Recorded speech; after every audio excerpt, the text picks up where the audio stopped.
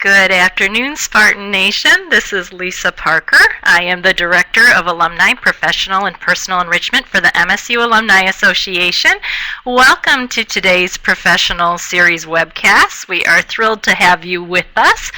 The Alumni Association conducts these casts the second and fourth Thursday of every month in the hopes of covering topics that we think would appeal to Spartan Nation, and when possible, we like to feature our alums who are experts in the topic area. And today, we are in for a treat. We've secured a wonderful Spartan, Mike Vichich, who is the co-founder and CEO of Wisely.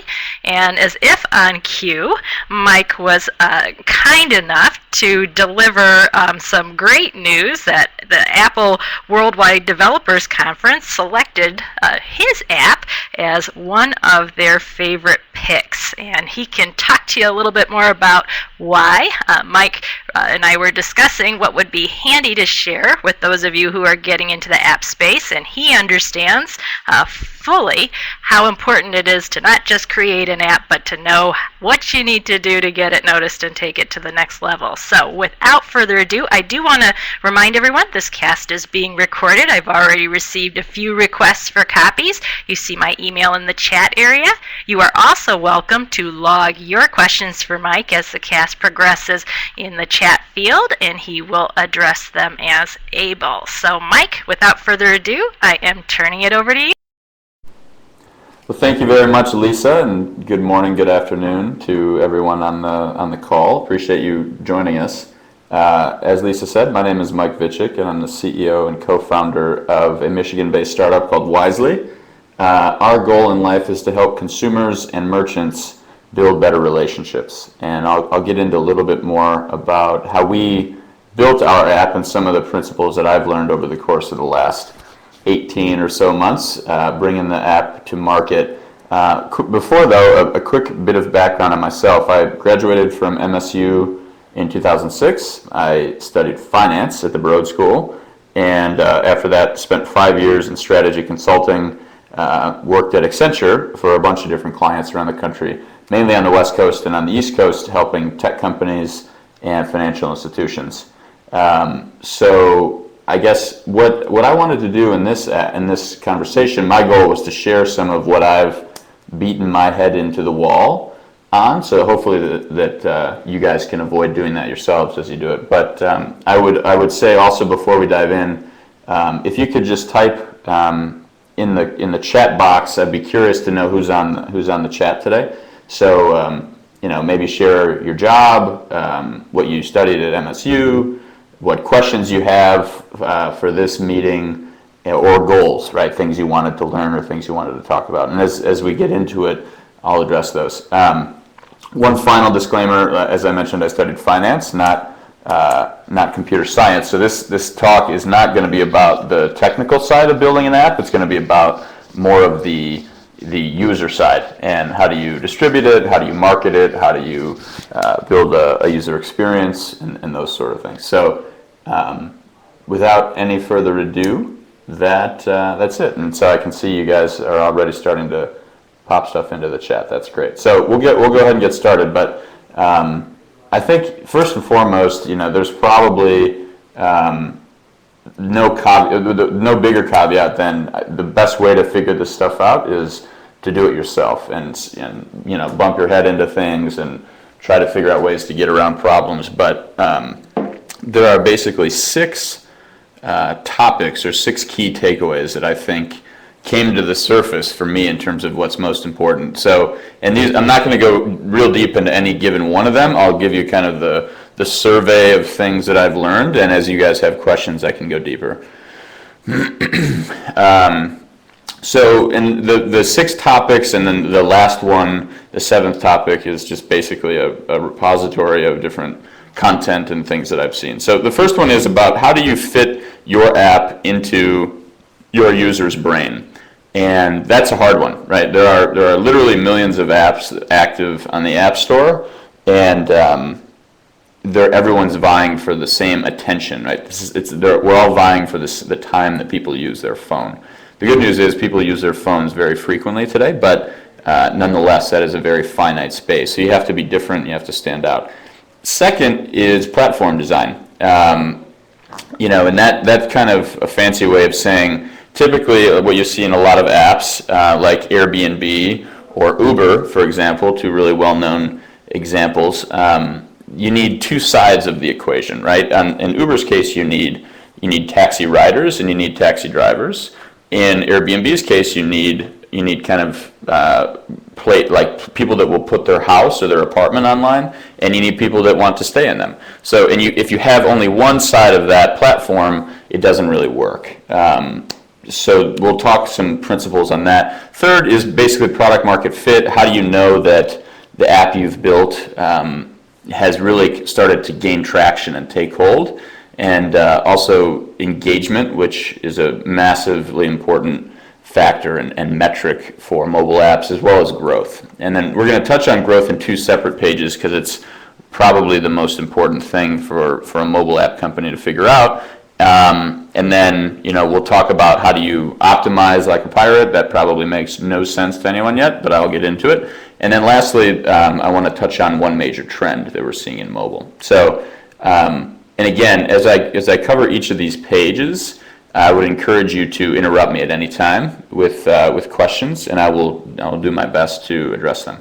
Also, if you want to get in touch with me afterwards, I would really welcome your feedback or your criticisms or your questions on this stuff because, like I said, I've been doing this for 18 months, but don't consider myself to be, the world's foremost expert by any stretch. So would welcome your feedback as well. Okay, so first topic, fitting your whole app into your user's mind. I think, when people, and I think Facebook's actually a great example of an app that it has learned this the hard way.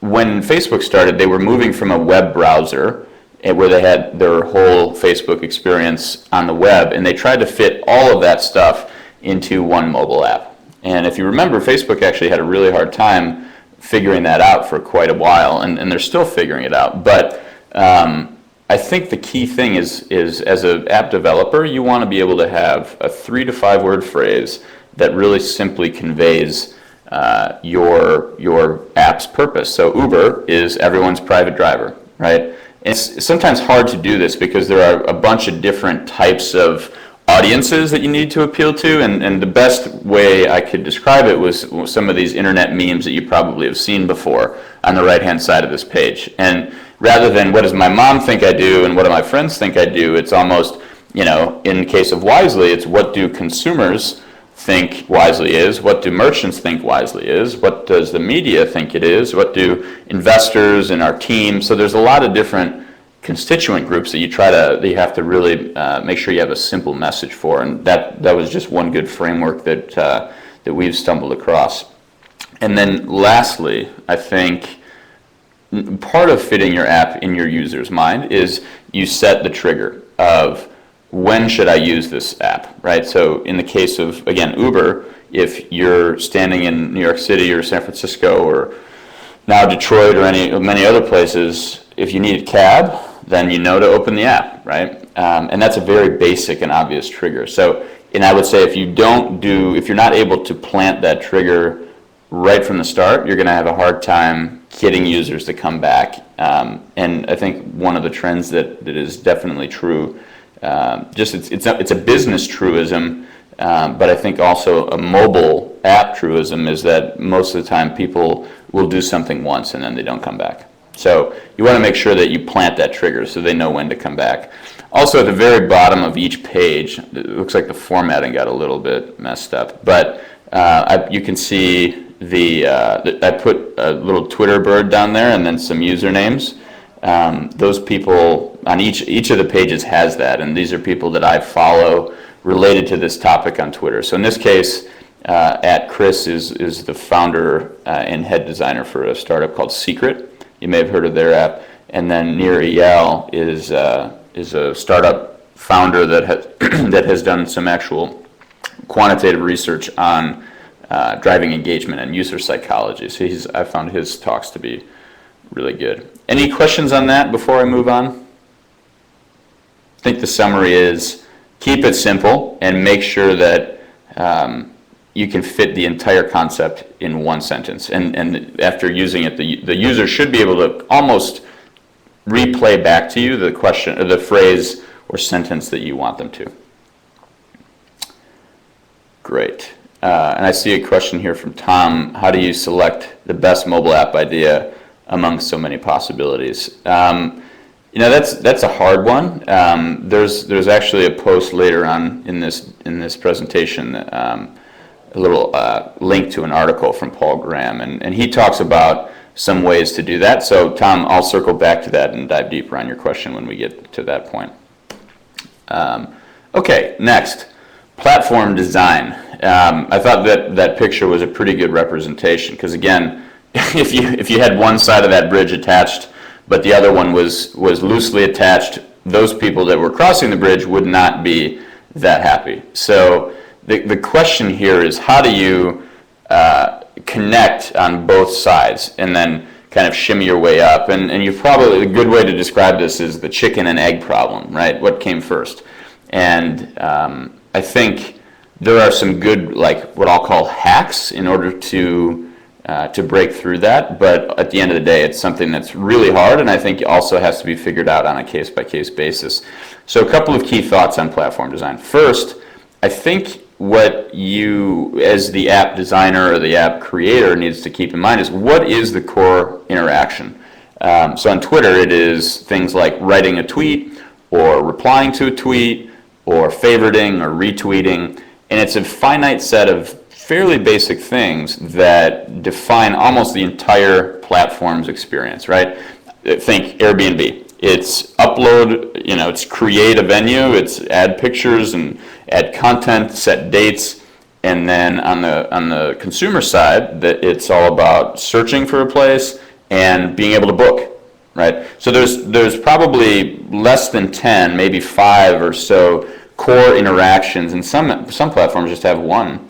And that's totally fine. Simple is good in mobile.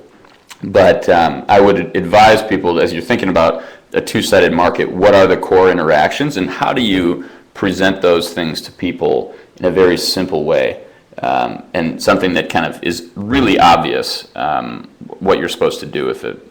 And you've seen some things like, for example, Instagram, the core interaction is taking a picture and uploading it, and then being able to like it and share it, comment on it.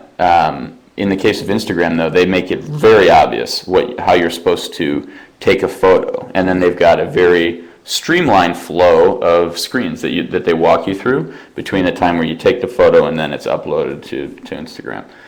So core interactions, I would definitely think about engineering those in the right way. And then I mentioned a couple of examples. Twitter, Uber, that's, I would think Uber is a very, very simple one, actually. So it's, as a driver, the sign-up process, and then as a consumer, it's the taxi hailing process.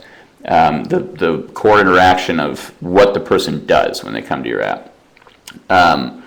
One thing that I think is critical too is keeping supply and demand balanced, and that's actually sometimes very hard, because you might find one side of your equation is very interested, but the other, it's somewhat harder to get going. So in the case of Uber, imagine if they had tons of people hailing cabs, but not enough people to be taxi drivers, right? And that's kind of a structural problem that they would have to solve. That's a good problem, because then they just, they have excess demand. In cases where you have excess supply, right, that's a little harder, where if you had tons and tons of cab drivers and not enough consumers actually hailing cabs, that's a tougher challenge to think through, and it might mean that you let go of some drivers or other ways to solve that problem. But thinking about supply and demand and keeping them balanced is good. One way that people do that is by focusing in a very local way. So in the case of Wisely, for example, we have a two-sided model. We have consumers and we have merchants. And so as a consumer, the core interaction is two things. One is finding a place to go, right? Whether it's shopping or to a restaurant or whatever, finding a place.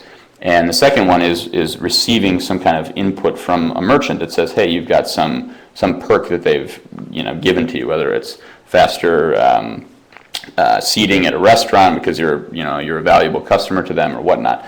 That's the consumer side. The merchant side is being able to market to consumers. So if in the case of us, sometimes it's pretty obvious which one you have to get first.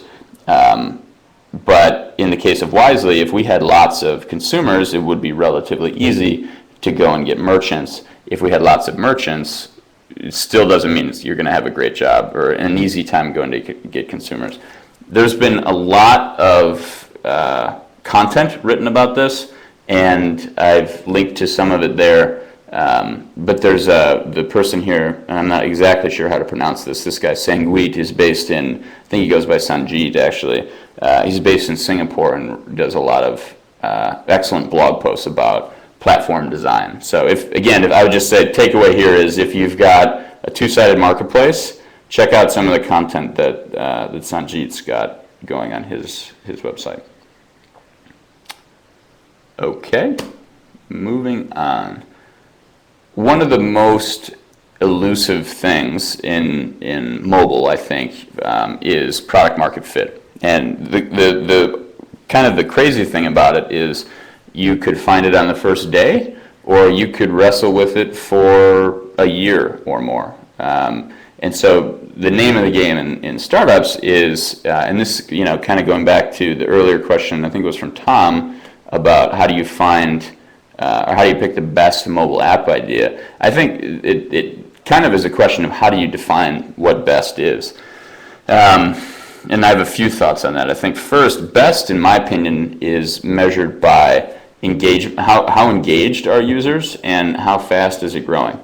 That's from like a mobile perspective. That defines best. Then you can have another vector, right? So you feel like your app is making a difference in the world. Maybe you don't think Snapchat, although it has super high engagement and high growth, maybe you don't feel like it makes the biggest difference in the world. So each person's got to define for themselves what best is. But if your goal is to raise capital, you definitely have to hit engagement and product and growth, which basically those two things together are the definition of what's called product market fit. And so Mark Andreessen defined product market fit as being in a good market with a product that can satisfy that market, right? And there's a lot of definitional things underlying that. How big does it need to be good? How engaged do people need to be satisfied? All these different questions.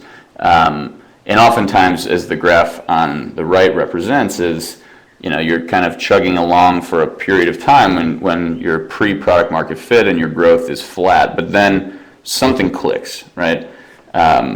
And we'll talk a little bit more about optimizing funnels, but once you figure out that core interaction, right? If you've figured out what that core interaction is, and you've made it really easy and obvious for new users to figure out that core interaction and make use of it, that's how you get to product market fit, and then you can start to grow. And from then on, I think it's once you've found that initial traction, that initial product market fit, it becomes more of a metrics-based question, I think, about how you get more people into the top of your funnel. Funnels are a big concept, and not exactly sure who all is in the audience, so I'll take a second just to describe a funnel. But essentially the basic concept of a funnel is it's wider at the top, and then it gets narrowed out to the bottom, right? So those of you that are in sales or something, you might think of this as a sales pipeline or a qualification process or something like this.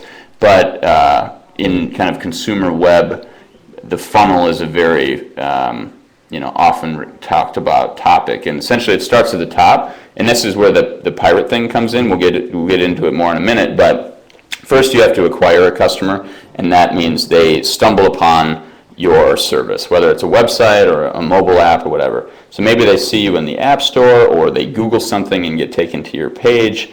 That is the very top step of the funnel. And then as you move down it, right, you're getting all the way to the bottom, and the goal is to eventually make money and get that person to refer other people, again, driving your growth. So that optimizing that whole process is kind of how you start to bend your growth curve up and solidify your product market fit. Because I think it's product market fit is not black excuse me, it's not black or white. It's definitely a gray area. So the first thing in terms of how to find product market fit, I think there are some ways to, I think oftentimes the question is, do you have to build something, or can you do some other analysis outside of building a mobile app to test whether it's a good idea? I think the short story there is you'll probably find that you have to build it, right? You have to build the most basic piece of it. And that's kind of an art and a science in and of itself. It's like, what is the most basic piece that you could build to test your hypothesis? And that's in kind of startup buzzword lingo. That's something called minimum viable product, and people often call it MVP, minimum viable product, which basically is what's the least amount of something you could build that people will still like and will validate that it's worth spending more time or more money to build out and improve.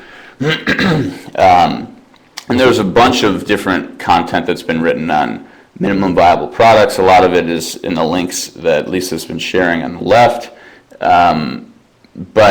So moving on to kind of the next topic outside of minimum viable product, people often say, well, what should we focus on first? Should we focus on, making sure our user engagement is where we need it to be, or should we focus on growth, right? The answer is it's both. I don't think you can really divorce the two. Because on one hand, if you focus on growth and you don't have a product that people are engaged with, then anyone you acquire will fall all the way through and you won't retain them. Your retention will be very low. And that's frustrating because you can saturate your market, or regardless, after 5 months or something, you're going to find you don't have that many users. So I think from my perspective, you have to start with engagement. And it's better to start with a very small number of engaged users and grow that than it is to go the other way. And like I said before, being very local focused, I think, is a good way to do this. One example was when Airbnb first was getting started, they had a really hard time. Like this little pre-product market fit place on let me see if I can draw here. This part here, pre-product market fit for Airbnb, was a really tough period for them. They, in one case, I don't know if people know this or not, but they actually sold cereal during the 2008 presidential election because they weren't sure they were going to be able to survive. So they created these things called Obama O's just to make some money and stay in business. So they kept fighting, and what they found was if they took the time to put professionally done beautiful pictures of places on the website versus just allowing the person to take a picture on their iPhone and post, they got significantly higher engagement, right? People were clicking, people were booking, and so they said, well, maybe we just learned something about the core interaction of our platform. When someone wants to create a place on Airbnb, we now know more about what the process needs to look like.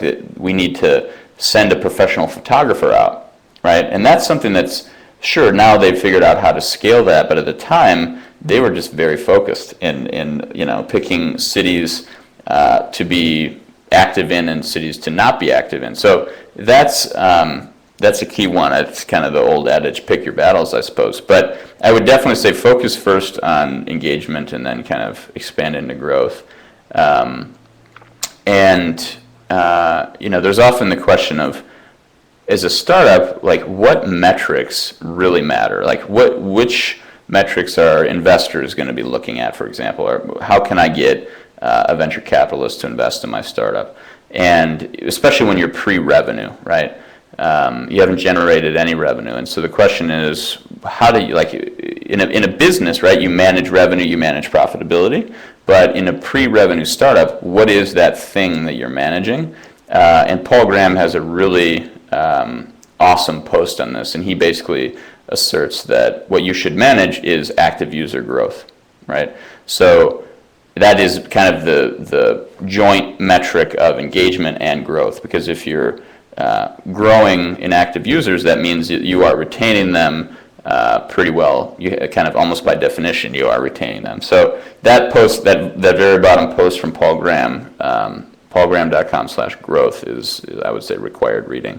And then the folks on Twitter down there, I've mentioned Mark Andreessen. He's the one that has the product market fit quote. He's P Mark A. And then Andrew Chen and Sean Ellis are both solid bloggers and kind of investors in mobile, and they have really good content on growth.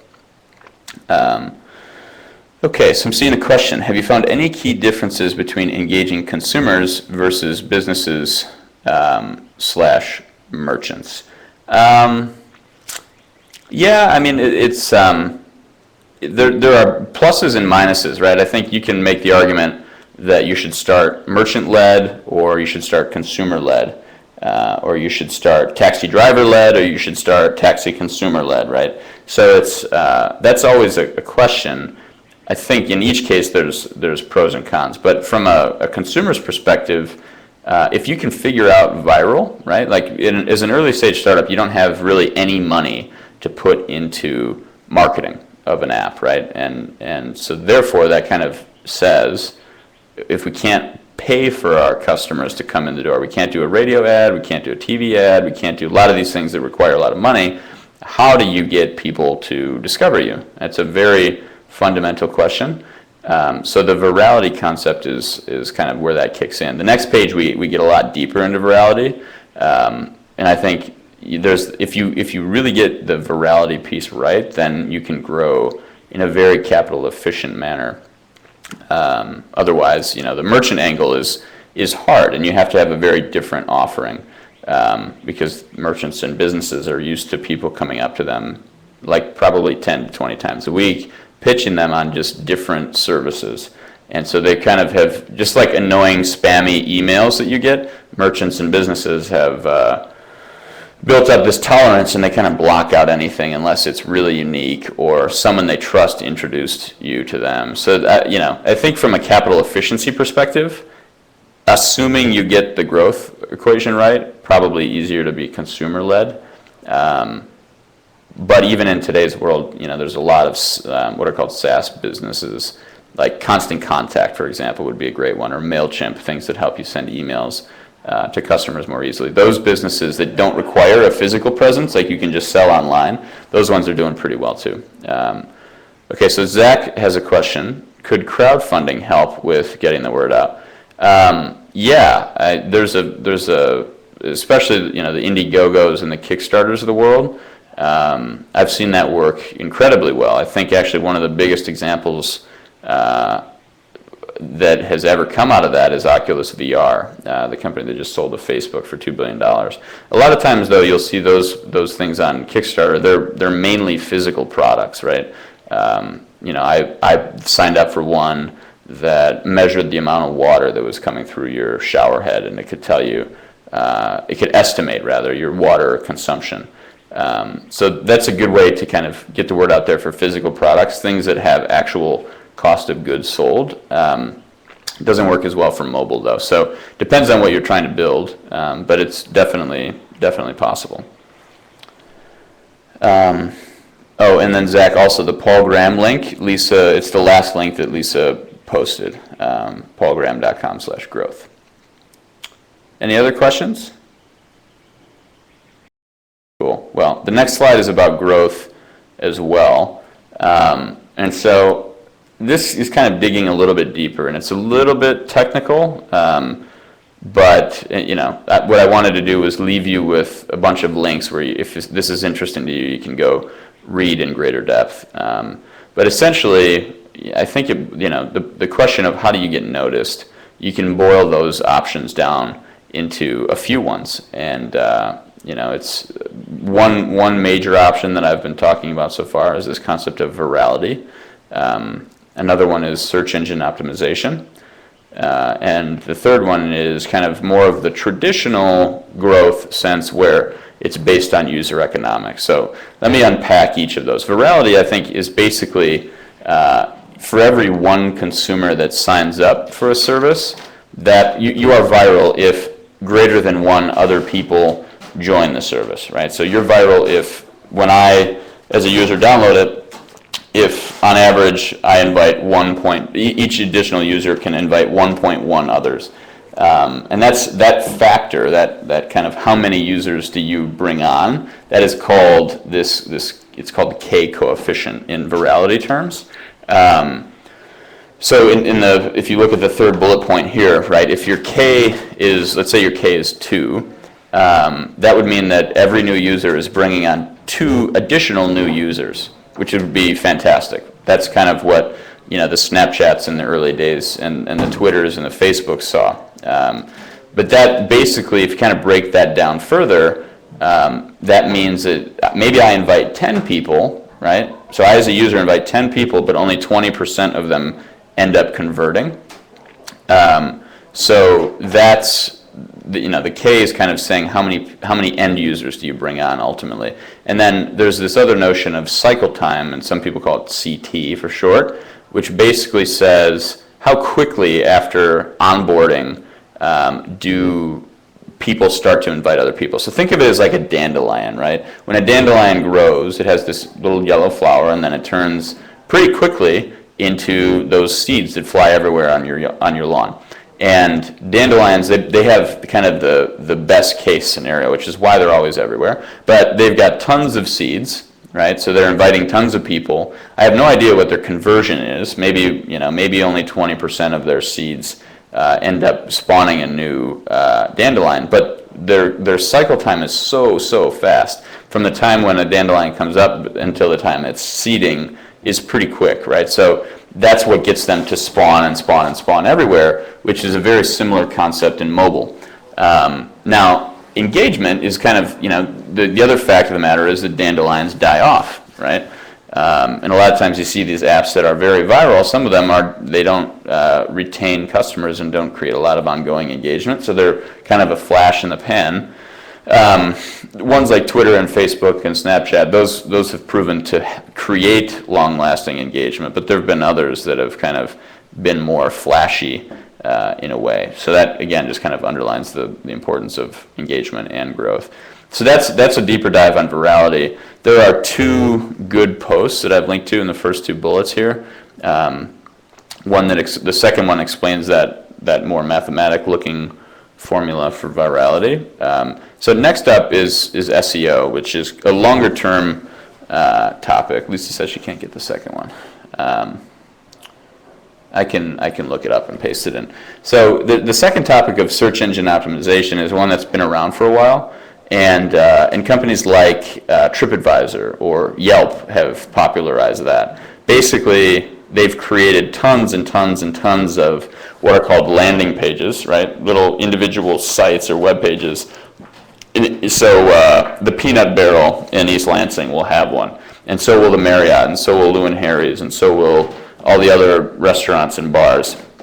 And so when someone types into Google Peanut Barrel East Lansing, boom! If you've done search engine optimization well, your link will rank toward the top of the page, and a lot of times Yelp has done that. So that's how Yelp has been able to grow, and that's similarly that's how TripAdvisor has been able to grow. It's been largely through search. Their product hasn't been super viral, but they've done really well on search. Third is user economic led growth, and the formula there of ARPU or ARPU stands for average revenue per user, and then CPA stands for cost per acquisition, right? So basically it's how much money do you make per user divided by how much it costs you to acquire a user.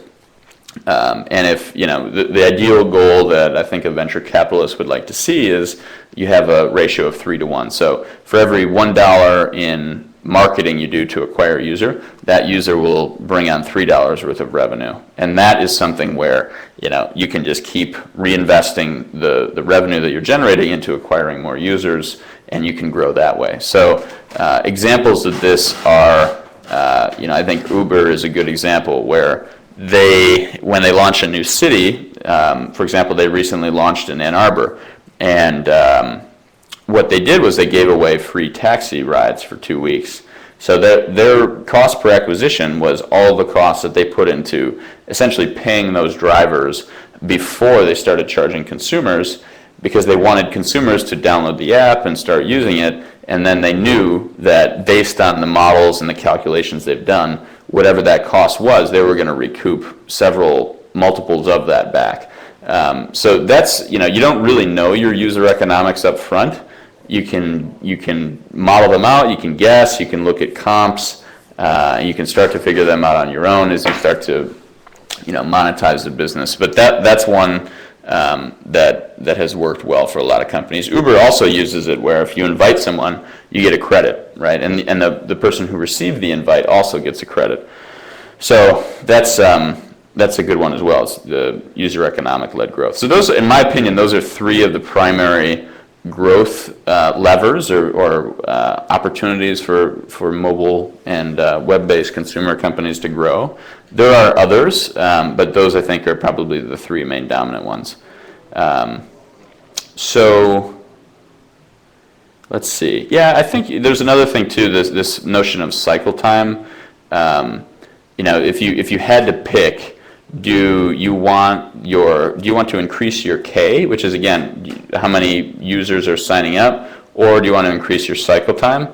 Generally, cycle time, if you can shorten that, like the closer to the onboarding process someone invites someone, then the better off you're going to be. And actually, the link that I've linked to there is a quote from Mark Andreessen that says, cycle time is actually one of the most appreciated determinants of tech winners and losers. So Tom says, can you briefly go back over the definitions of T and P in your formula? Yeah. So P is essentially how many periods you've gone through, right? So in the case of the dandelion, how many times, like how many distinct cycles has there been? There was like the original dandelion, which flowered and then created all the wave 2 dandelions and wave 3 and wave 4. So for each wave is kind of a P, right? And that's the number of periods. Time is the top one. So that's basically saying for a given period of time, how many cycles happen. So that's why they call it cycle time. So that's basically how quickly do you get a first time downloaded or first person visiting your website, first time they visited your website, how do you get them as quickly as possible to start, being viral? And think of it in terms of a common cold, right? How quickly are you contagious, and how long are you contagious for? That's the type of thing that we mean there. So no worries, Tom. Okay, now it's interesting too, because I think oftentimes people and I've been guilty of this too, people get into this notion that it's okay to be 2 or 3 or it's okay to be 2 or 3 times better than a service that's out there. Let's say if you were able to create something that was called Zenith, and it was the Uber competitor, and it was a better mousetrap than what Uber has. If Uber has already established that they're the first mover in that category, that service needs to be not just 2 or 3 times better, but has to be 10 times better.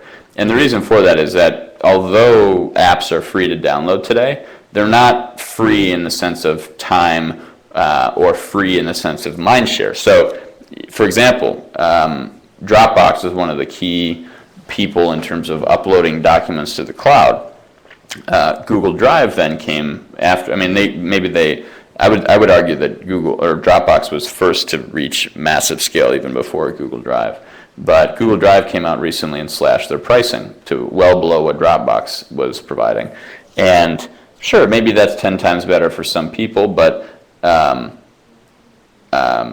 Sue, I'll address your point on switching costs in just a second. But the app, it's not just that if you're providing the same service at a marginally cheaper price, that's probably not going to get enough people to switch, because they're going to have to invest the time of moving all their, in the case of Dropbox to Google Drive, moving all of their files over, number one, and then also reorient themselves and potentially their coworkers and their workflows from using Dropbox, something that they're familiar with, to using Google Drive, something that they're not. So that's what's meant by switching costs. It's not that it's actually a physical cost. It's that the cost of time and mind share is actually a bigger piece than people sometimes let on. So there's a couple of comments in the chat coming in now. Sue, you mentioned that you were unclear on switching costs. I'm not sure if I addressed your question. If not, maybe restate your question again and I can go back through it.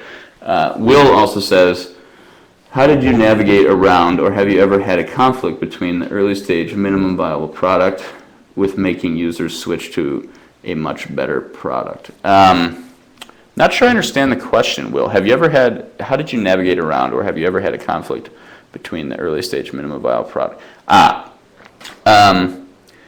Yes, so, I think actually this is one that we at Wisely deal with, right? Because we're competing against Yelp in some ways. And the difference is that, Yelp, anyone can sign up. So Will says, if the switch needs to be something like 10 times better, how can you still use the MVP? Yeah, so it's, I think it's a question of which category are you competing in, right? And to try to take on someone head on in their own category just by being a little bit bigger is really, really challenging. It's not to say it can't ever be done, but, and maybe you will get acquired, for a decent amount of money in the interim because they want the underlying technology, or they want the users that you've created, or they want your team, whatever it is. But in terms of creating a big business, Yelp is a $5 billion company. TripAdvisor is a $15 billion company in terms of market cap. So I do think that you've got to pick, and this kind of goes back to fitting your product in the user's mind, right? You've got to really be different in terms of what you're providing to the user. So I'll offer a couple of specific examples of how Wisely's tried to do that. So first of all, I'll begin by describing Yelp. On Yelp, anyone can leave a review, right? And they've amassed millions and millions and hundreds of millions of reviews. They have hundreds of millions of users, and they're, like I said, a $5 billion business growing with revenue, in the $200 million range, and it's growing very quickly. So by every means, a successful business thus far.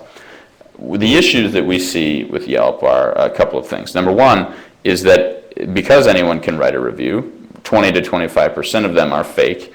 And there's kind of this inherent mistrust that I think Yelp users have, or at least a lot of the ones that we've talked to have surfaced. And also we have that ourselves. So that's one, is trust. The second is that it's not personal, right? I don't know if the people writing the review are like me. If I go to only local restaurants and I'm reading a review from someone who only goes to chains, that's not exactly something that's going to be a relevant review for me. So there's those two issues I think are very important. So with Wisely, the way we solve those is you can link your credit card to Wisely, and we actually import your spending history, and we can give you hyper-personalized recommendations, similar to what Netflix and Spotify do for movies and music, but we can do for the physical world, right? So people like you also shop here. So next time you're on a trip to New York City or San Francisco or Chicago, you can forget about trying to sift through something that is kind of loaded with things that are not that valuable to you. What you can do is instead go to Wisely, and then within seconds you have a list of personalized recommendations that, based on how you and others spend, we think you'll like. So that's one example of how we've combated it. Ultimately, is that 10x better? It's not exactly clear. Users are going to have to vote, and that's something that we're working on every day. And I'll circle back to that, Will, when we start talking about optimizing funnels. So hopefully that was helpful. If not, pile on, and I'll give some more commentary. Okay, so then Sue says, I also use Google Drive, but I'm hesitant about what I store on there. I'm not sure about the privacy. Can you address that? Yeah, it's funny. I'm pretty, I have a pretty specific opinion on privacy, and not as much privacy as security.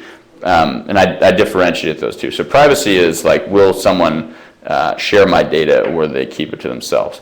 Most of the time, if someone says we're not going to share your data, they won't share your data, right? Because that if they do that, then that's when they start going out of business, right?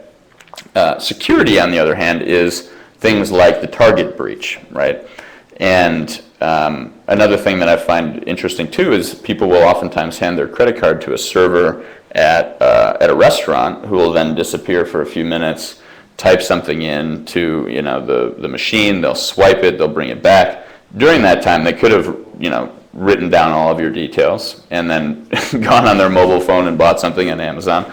But people are, nonetheless, people are comfortable with that act because it has been popularized so much. I think actually the internet is actually probably, from a security perspective, much more secure than the current credit card model, where you're swiping a card at Target, or in many cases the restaurant model where you're handing a card. And I think you're going to start to see that, right? I mean, with the new Apple operating system that's coming out this fall, there's going to be the ability to swipe up from a home screen. So let's say you're in Starbucks. In the bottom left of your mobile home screen, on the bottom right, there's that camera thing where you can swipe up. On the bottom left, there will be, for example, a Starbucks app. And if you swipe up, there can be any kind of content in there. So I wouldn't be surprised, actually, if when you swiped up, it gave you your receipt right there. And then to approve it, all you had to do was just touch your fingerprint down, or your finger down on that on the phone, and then it's authenticated. And I think versus handing your card to someone, that's orders of magnitude more secure. So, and it is, in some ways, it's just something that you have to get comfortable with, Sue. I can't really personally speak to the security or privacy issues on Google Drive, but those are just some general themes. So Michael now says, with Wisely, how do you handle potential customers who are concerned about sharing credit card history for identity theft reasons? I guess my first comment here is, in order to sign up for Wisely, you have to be, it's similar to mint.com, actually. So I think there's probably 30 million people in the country that have signed up for mint.com to use as a budgeting tool. And thus far, none of them have been hacked. I mean, Mint hasn't lost anyone's data, hasn't compromised anyone's identity, and there are a lot of technical reasons for that. So first of all data is anonymized, right? So once you enter, in the case of Wisely, when they enter their when a user enters his or her credentials, we don't keep them. We keep a token for them. It's a randomized, computer-generated string that can't be uncoded, right? Because it's randomized. So those issues are kind of dealt with in that regard. And then secondly is even you can't move money from your Wisely account. So that's kind of, I think, allays the concerns for a lot of people. And I think, it's probably obvious to many people too that this is something that appeals more to people, like 40 and under than it does 40 and above.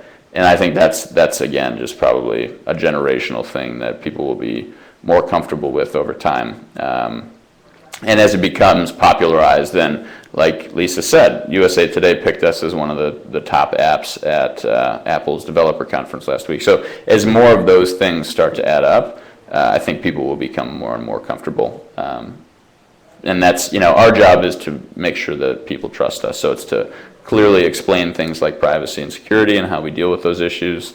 And also, people want to know that they can trust the people behind the company too. So it's about putting ourselves out there and putting our brand out there and kind of communicating what people are looking for.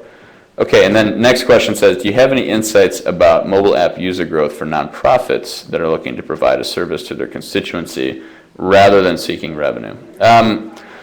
So yeah, I mean, first of all, I'm not that familiar.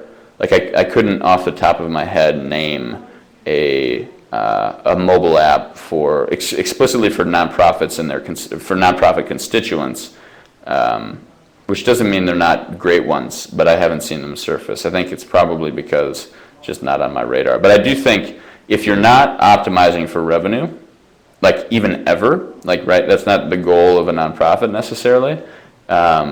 You're optimizing for service. I think you have to measure the level of service you're providing as as something that's judged by how often people use an app, right? So if someone is coming to an app multiple times a day, that is proof that they're getting value from it. And I think, word of mouth is still a very powerful thing. And I think in the case of nonprofits, if you develop an app that is being used by the constituency, then that's something that will get around. And so it does raise questions about how sophisticated and how advanced can the app be, because a lot of times, maybe people don't have the very newest Android or iPhone, and maybe there are limitations to that. But it's also true that, there's, I think, 5 billion people now, and there are 5 billion mobile contracts out there and across the world today. So you may not have internet, you may not have water, but a lot of people will have a mobile phone, and smartphone penetration is growing rapidly too. So I think nonprofits, and I've worked with some folks in Detroit too that say, a lot of people that are on the lower end of the socioeconomic status spectrum in Detroit have mobile phones. So I think it's actually a great way to reach those audiences. And I think, again, to your question, I would just focus on active user growth. Okay. Oh yeah, we're getting short on time here, so let me accelerate. I've talked about this before, right? Optimization like a pirate.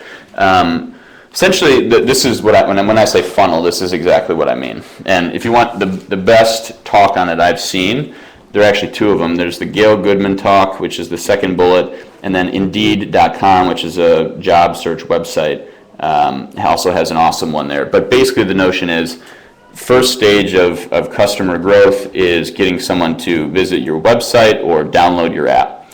And in the case of mobile apps, activation might be they create an account or they perform some action, right? Next is, now that you've got someone to download your app, they've created an account, how do you retain them? How do you get them coming back? And the way you can be very scientific about this, so Twitter, they say if someone views their timeline on Twitter 7 times in a month, they are highly likely to be monthly active the following month. So lots of the push notifications and emails and everything that you get from basically every consumer web product today, those are designed to motivate retention, to get you to come back to the app. Now, once they have you coming back, you can move on to how do you get that person to refer other people and bring on others, right? And then also, bottom of the funnel is how do you generate revenue, right? So maybe the users pay, or maybe now that you have a bunch of engaged users using the app, you can generate revenue from advertisers or from third parties or other things. And you could argue, like, should we move revenue up before referral? Perhaps, you could move referral up before retention, because I think oftentimes when people first download an app, those are times when they're most willing to invite people. So that's those are some of the questions there. In terms of measuring and tracking, I would definitely recommend Mixpanel. Whoops, I just didn't mean to draw a line right through it, but there you go. Mixpanel is an awesome tool for setting up these funnels. So you can actually cut and pivot the data in a bunch of different ways. I want to, for example, do people with the newest version of my app, do we see higher rates of activation and retention with those people versus the last version? And so you can start to do very specific cohort testing, which I would say if you want to optimize your funnel, cohort testing is a very important piece there. And then bottom thing here, you'll see a lot of apps today that will ask for using your location or sending you push notifications or accessing contacts or these different things. And there's just a right and wrong way to go about doing that, and that right up there it talks about the right way to do that. Okay, so in the interest of time, unbundling I think is a topic that takes a little bit of time to learn. It's a little bit counterintuitive, and I had a buddy that was talking to me about an app, and he wanted to put all these different things into it, right? He wanted to basically, let's combine this, that, and this, and then put it into one app, and essentially make a Swiss Army knife out of it. The reality is that that's not what consumers actually want, and consumers want to have a very simple, again, fit it in your mind. They want to have a rich experience. This is why Facebook has actually separated out the Messenger app into a wholly separate app is because the Messenger app now can actually feel like a pure messaging app, not a bolt-on thing with inside Facebook. So that article is a good interview of Mark Zuckerberg talking about that. And this is a trend you're seeing. Facebook is doing it, Google is doing it, Evernote is doing it. There's a bunch of services out there that are doing it as well. And I would say that this is something that's not exactly decided, but Fred Wilson, who's a general partner at Union Square Ventures in New York, has he calls it constellations of apps. So that's a really important topic. I would do some homework on that as well before you dive in. Last and not least, I think this is just stuff that didn't really have a place anywhere else in the app. So the first bullet there, Sketch app. If a lot of times people say, well, how do I begin? I've got this app concept in my head. Where do I start? And I would start with Sketch. It's like a $70 program that you can download from the App Store for Macs, and it's wonderful. It's a really simple way to create mobile interfaces, and then it's something you could hand to a designer, and they could actually make it look beautiful if you're not a UI designer yourself. Next is user onboarding. This is just a website where people have analyzed the onboarding processes for different apps. The one that I find particularly interesting is they've done an analysis of WhatsApp, and it's just really cool to see how that team engineered their sign-up process to be pretty seamless. And then lastly, with this app discovery is getting better with iOS 8, there's a bunch of different ways that Apple is making developers' lives easier by making it possible to download apps in different ways. I won't belabor that point now, but I found that to be a good read. And then the fourth bullet point here this is one of my favorite just tech talks of all time, and it's a conceptual one. One of the founders of Twitter, and he also recently founded Medium. Prior to Twitter and Medium, he founded Blogger, which was sold to Google. But Evan Williams grew up in Nebraska, so not a born and bred Silicon Valley guy, but he gives a talk on what the internet is actually supposed to do. And essentially he asserts that the internet should solve an age-old desire, something that humans have wanted to do forever, for speed and cognitive ease, right? So how do you do that thing faster, or how do we make it easier to decide that? And almost every technological advancement on the internet has addressed that issue. And I think he also says that any behavior change that happens because you are making it either easier or faster to do something that humans have wanted to do for longer. I thought it was an awesome talk and kind of just got me in a sound state of mind as I was thinking about building wisely. And then lastly, here are some other Twitter people that I follow. I think they have good topics, each of them on something slightly different.